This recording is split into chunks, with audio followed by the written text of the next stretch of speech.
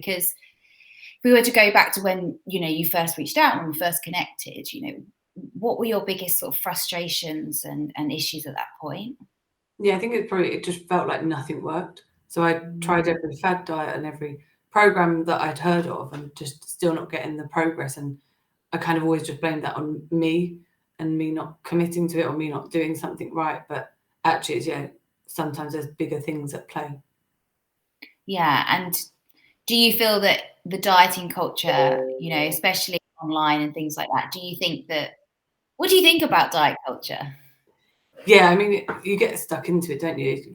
It's everywhere you look. It's constantly on your mind. Well, for me, it was constantly something I thought about. I felt like I was forever on a diet, and getting no progress. But I won't name them, but you get into some diet trends, and they're almost like a bit of a cult, and you almost kind of end up feeling guilty for having one not bad moment, but just maybe not the best choice.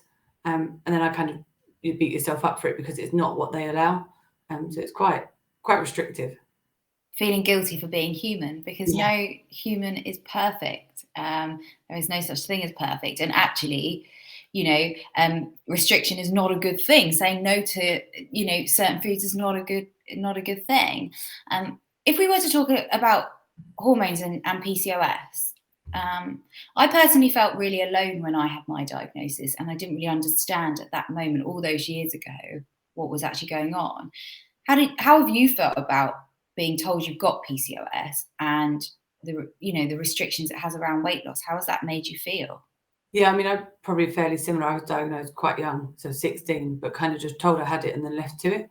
So you've got enough going on with your hormones when you're 16 without kind of that in as well. But I never really kind of thought, because I think the doctors didn't say anything about it. They just said you've got it, kind of deal with the pain, deal with that side of it, which kind of people know, trying to understand it and how it impacts, because every day is different. But yeah, definitely kind of very similar, alone and not really sure what it meant. Yeah, and I think also as well, you can be told you have PCOS and it's going to make it difficult to lose weight. But then you end up trapped in this cycle of sabotaging yourself and thinking that you can never ever make a change because you've got this thing inside of you.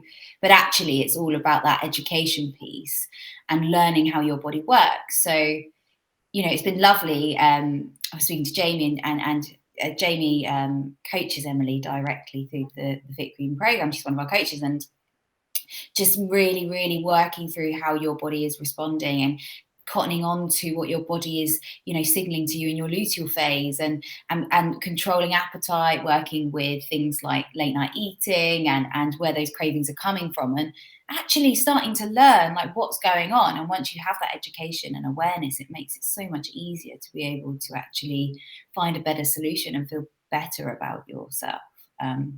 What would you say that has changed for you in a positive way since you've started your journey? I think the biggest thing for me is not worrying. I mean, I still do worry, but trying not to worry about what the scales say. So Yes. Jamie's been really good at that, and making me look at my measurements and my photos, and kind of, you still have down days where you think it's not working or you're not feeling great. And I did comparison photos, which just kind of proved to me that there was change.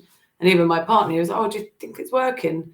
And I was like, "Oh yeah, I think so." And then I showed him the pictures, like, wow, it really is working. I think where obviously I see myself every day, he sees me every day, you can't necessarily always see the change so easily, but those photos are a real good help. So I think not looking at the scales, and the other kind of mantra that I have is aim for progress, not perfection.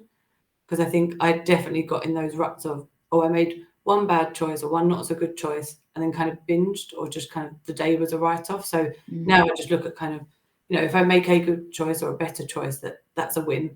And there'll be some that aren't as good choices, but that's okay, because we're human and we all have lives going on as well. Yeah, absolutely. And I think also, if you have been diagnosed with PCOS and you struggle with stopping at 2 biscuits, and you do have heightened appetite and cravings and things like that, like that could be to do with what's going on inside your body from a physiological perspective. You're not just written off low willpower and a failure. Like, there's just so much more going on to consider. And also, Emily, you work you work in a very sort of, you got a lot going on with your work and your commitments there. So I think also it's been able to have that support in place outside of that, because I know when I initially connected with you, you had long working hours and a lot on your plate through that way. I think it's easy as well, whether you've got hormonal implications or not, but if you're really a really busy woman, it also feels overwhelming, doesn't it, to make a forever change. But actually, you can make amazing changes and improve your health and wellness, and it doesn't come at the cost of loads of time. Would you agree? Definitely. Although I do think that planning and preparing is key, but that doesn't have to be like sitting down on your whole Sunday. It's just kind of like maybe 20 minutes planning or preparing what you need. Because if I don't do that, that's when the week kind of spirals.